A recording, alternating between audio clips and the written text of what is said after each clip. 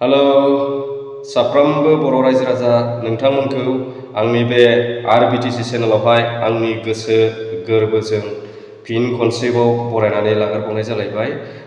रायजोफोर आसा खालामो नोंथांमोना इसोरनि अननायाव गासैबो मोजाङैनो दं होननानै आरो लोगोसे नोंथांमोना जुदि भिडिअखौ नायदोंब्ला उइथआउट स्किप जोबजासिम नायलांगोन आरो लोगोसे नोंथांमोना जुदि चेनेलाव गोदानब्ला अन्नानै साबस्क्राइब शेयार लाइक आरो कमेन्ट खालामनो हागोन।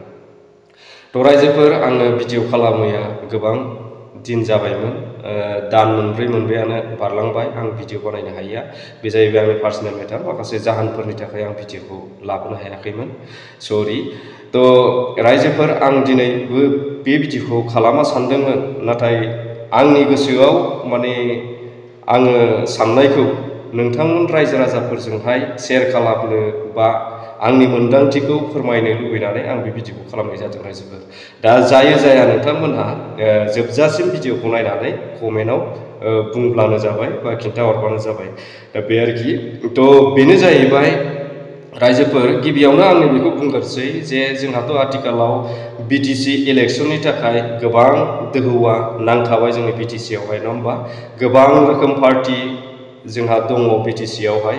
दा पार्टिनि गेजेराव सोरबाया पार्टिखौ गारनानै गुबुन पार्टियाव थांदों, बै पार्टिना बै पार्टियाव फैदों, बै पार्टिनिया बैयाव थांदों, बेबायदि माने सोलाय सोल', सोरनावबा जयेन जादों सोरनिबा पार्टिया सोरनावबा थांदों, बे जोंनाव जालायगासिनो दङ। न' डाउट बियो मोनसे गाबागाव चइसनि खोथा बा गाबागाव व्यक्तिनि साननाय बादि पलिटिकेल हान्जाखौ सापर्ट होनो हायो।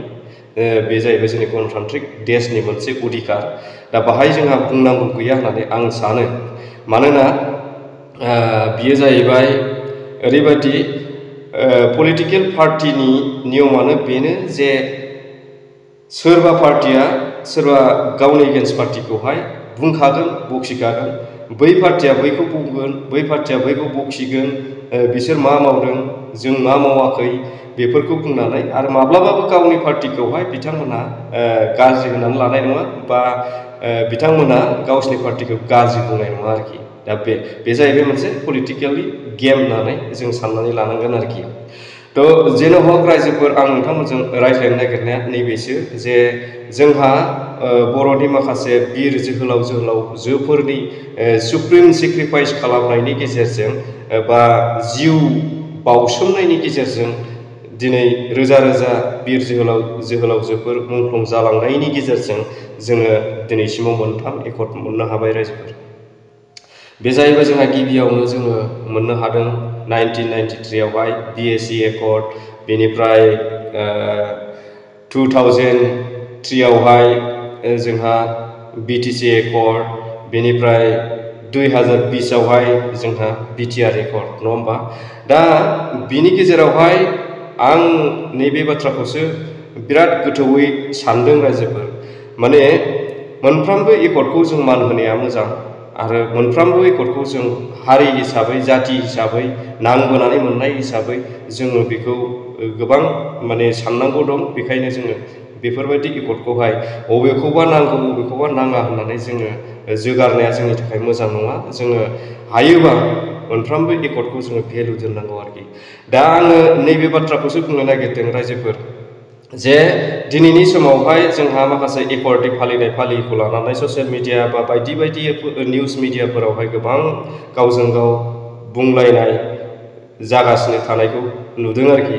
दा बेखौनो आं बुंनो लुबैदों जे BTC एकर्डआ मोनसे ओरैबायदि मोनसे एकर्ड जे बियो जों बर' हारिफोरखौनो गैयाब्लाबो जिर'निफ्राय लानानै दिनैसिमाव मोनसे एसे हां लानो आन्थाब्लाबो माने बर'फोरनि गांनाय उखैनायखौ एसेब्लाबो सुफुंफैनो हादों आरोखि।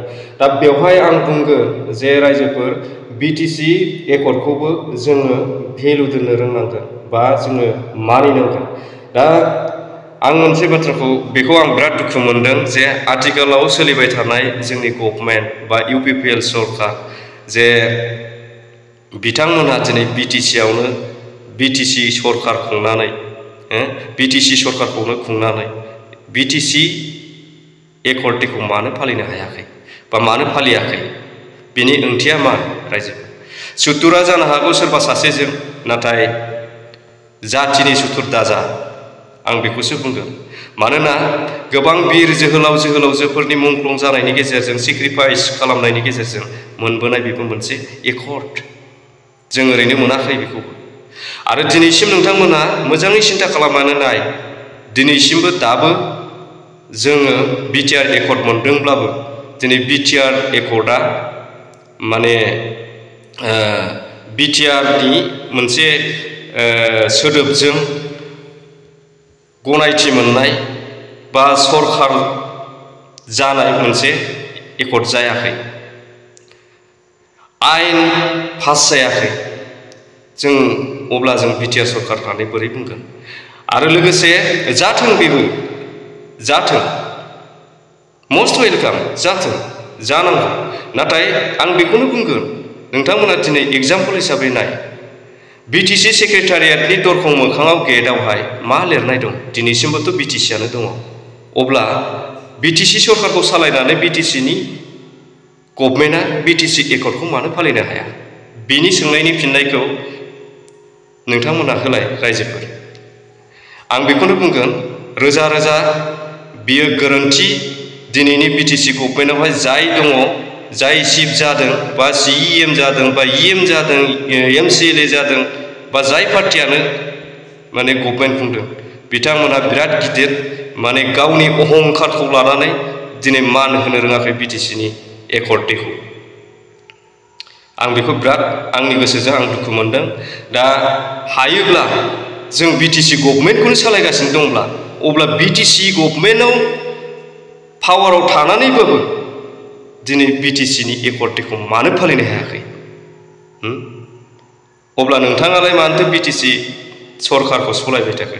नोंथांमोना नाय, हयथ' माखासे गोरों गोराफोरा, सान्थौगिरिफोरा बा मेलेमजिबिफोरा सानदों जानो हागौ, नाथाय बुंनो हाया, खुगा बेखेवनो हाया। माखासे जाहोनफोर थागोन बिनि थाखायनो दिनै माखासे बुजिनानैबो बुजियै बादि सिरियै थायो। बेफोरनिबो माखासे जाहोन दङ। आंनि डाउटजों आं बुंदों। दिनैहाय जोङो गावनि माखासे पार्सनेलि सुथुरखौ लानानैनो दिनै समस्त बर' रायजो राजानि माखासे मानखौ, सन्मानखौ होनो रोङैया बेयो बिराद गिदिर गोरोन्थि।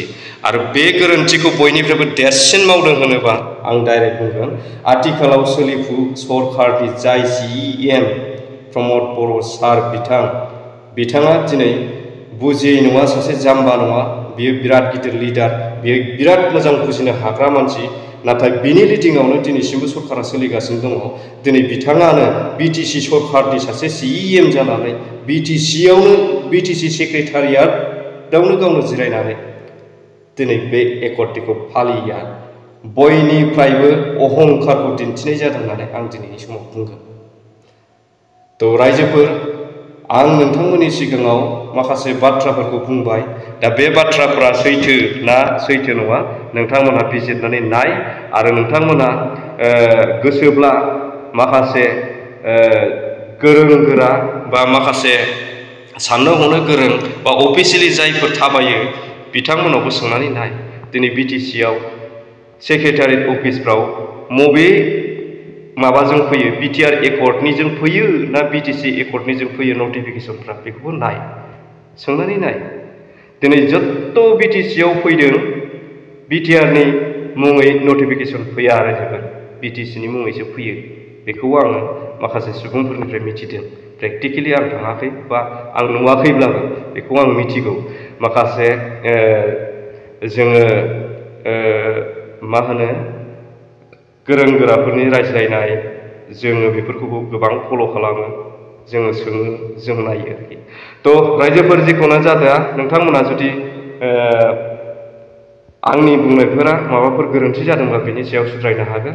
आरो लोगोसे नोंथांमोनखौ आं बुङो, नोंथांमोननि साननाय बादिब्ला दिनैनि समावहाय बिटिआर गभर्नमेन्टआनो दंब्ला, बिटिसि गभर्नमेन्टआनो दंब्ला, बिटिसि गभर्नमेन्टआव थानानै बिटिसि गभर्नमेन्टनि मानसिया दिनैनि समाव बिटिसि एकर्ड डेखौ फालिनांगौना फालिनाङामोन? बे आंनि लास्ट सोंथि जाबाय रायजोफोर। स' भिडिअखौ जोबजासिम नायनायनि थाखाय थेंक इउ फर वाचिं। जय बर' हारि।